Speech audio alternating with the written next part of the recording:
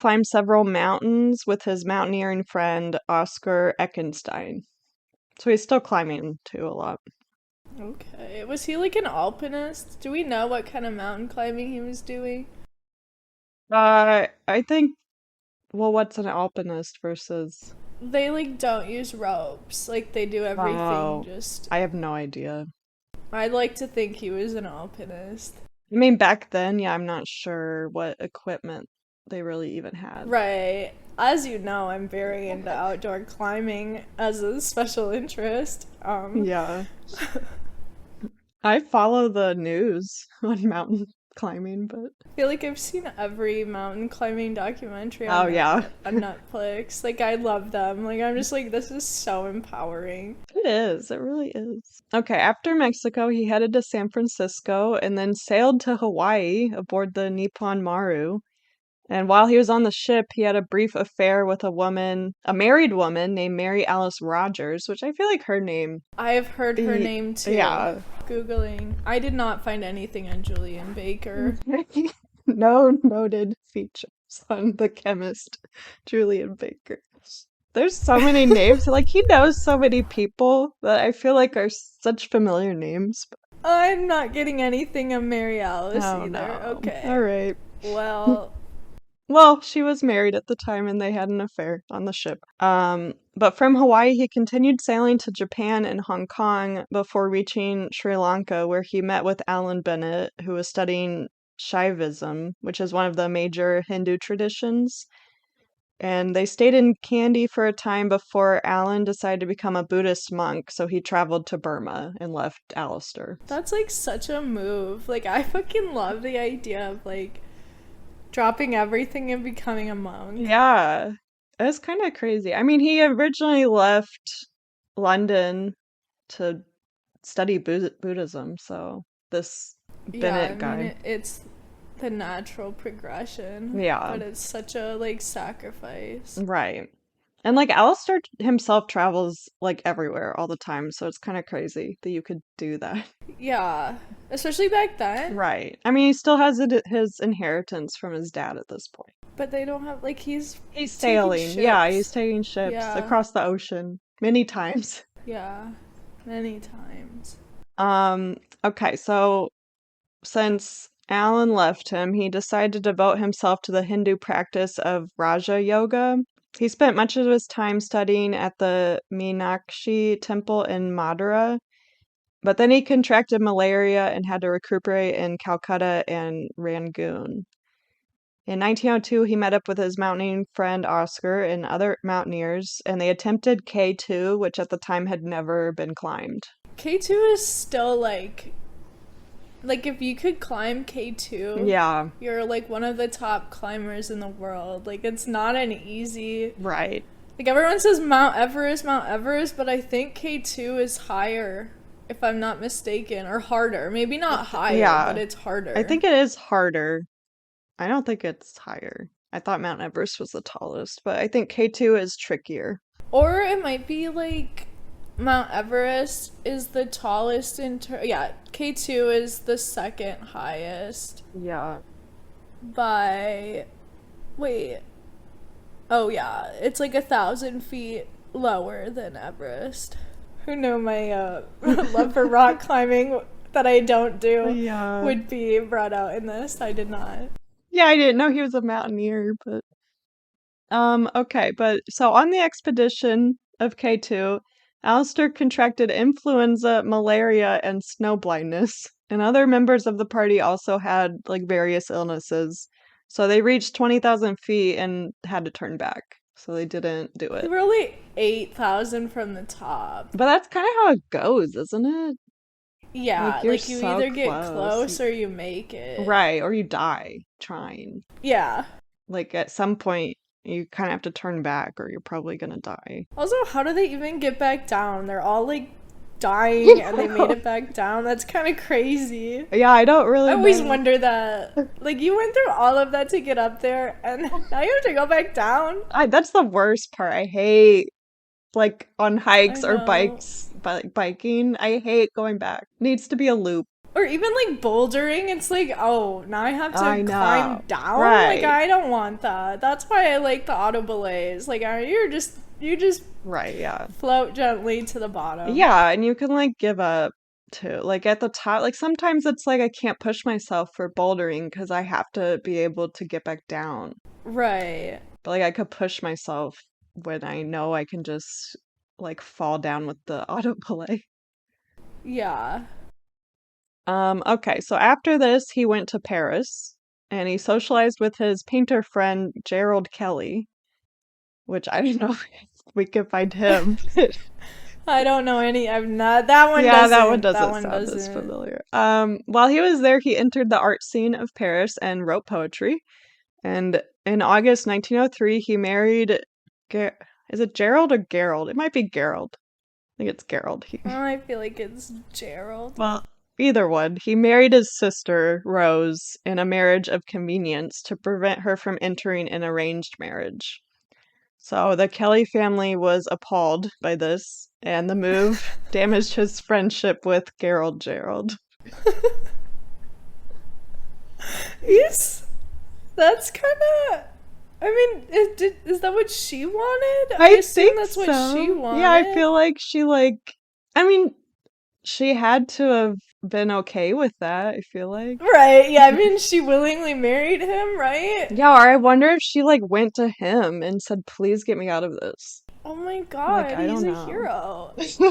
Yeah, just for this instance, maybe. But they went on a honeymoon to Paris, Cairo, and Sri Lanka, in which Alistair fell deeply in love with Rose and worked to prove his affections to her, mostly by writing a series of love poems. Okay. Yeah, that's kind of sweet. Yeah. Maybe. Yeah. Maybe. Okay. In my mind, she's like, I will do anything to get out of this arranged marriage. Please marry me. And then he's like, oh my God, I'm so in love with her. And she's like, this was not. Yeah, this was not part of the plan. We're, Right. yeah. But I'm sure he's funding the trip, so she's probably happy about that. Yeah. Right. Why would she care? Yeah. In February 1904, Alistair and Rose arrived in Cairo, and they claimed to be a prince and princess and rented an apartment where Alistair then set up a temple room and began invoking Egyptian deities.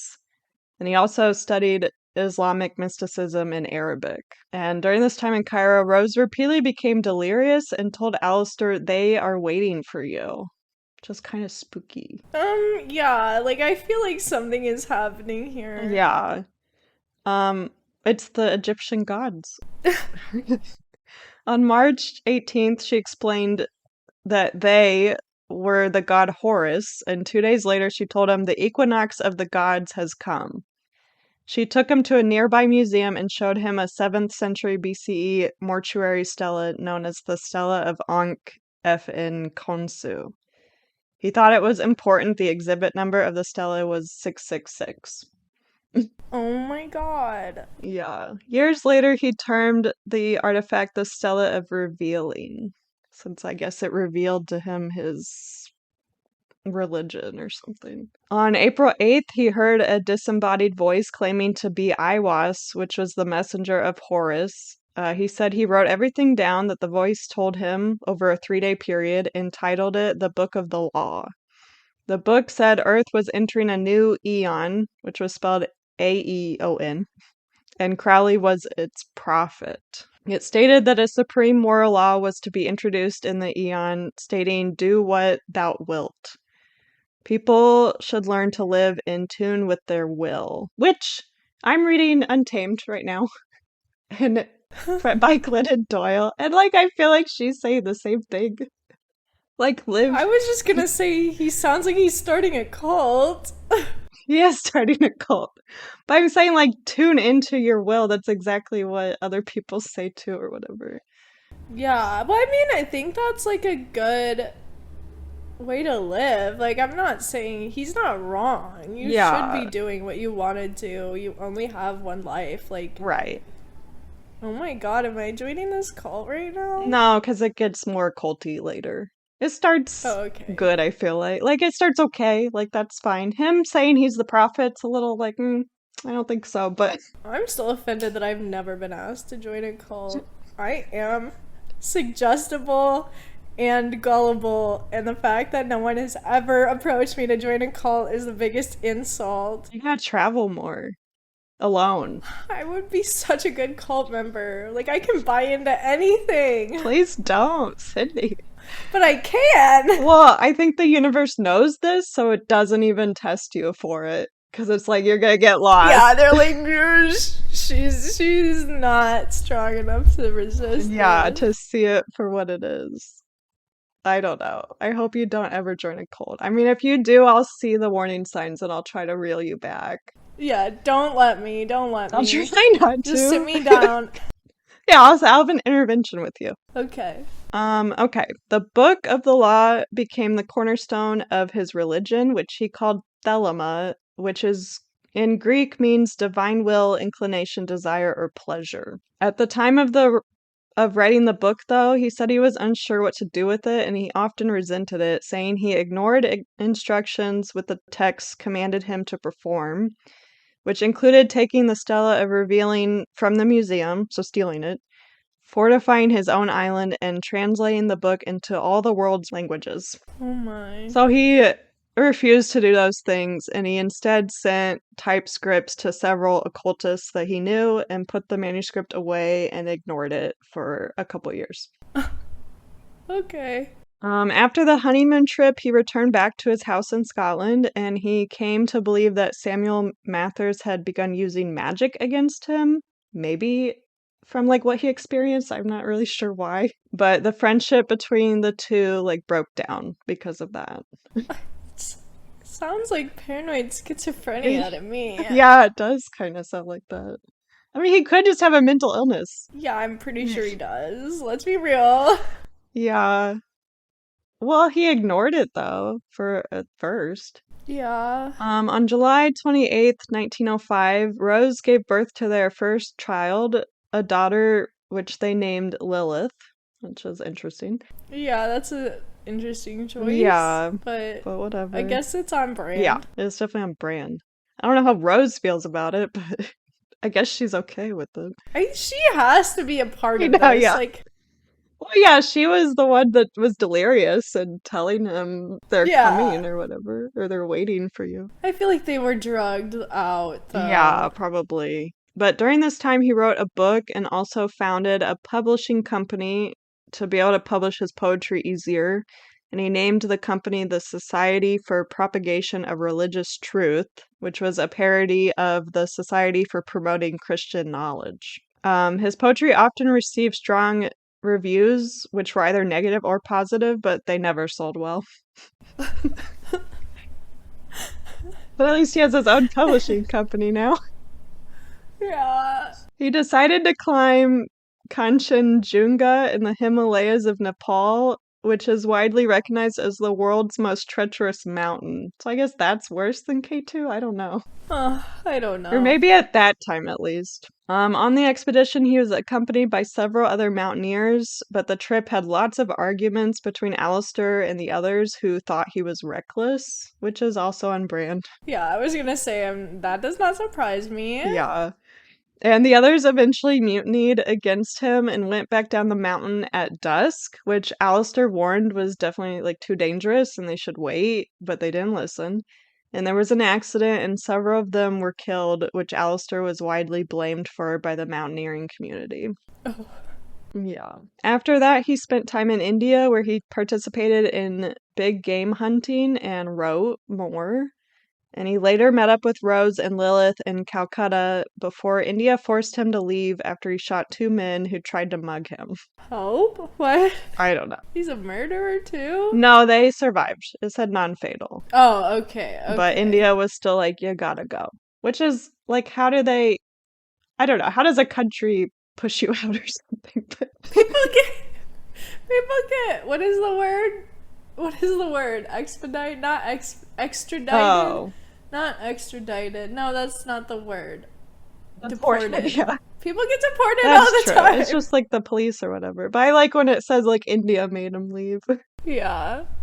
But then they visited Alan Bennett in Burma, the guy that became a Buddhist monk, and They decided to do a tour of southern China, which he hired porters and a nanny for the trip. And he smoked opium throughout the whole trip and spent most of his time on spiritual and magical work.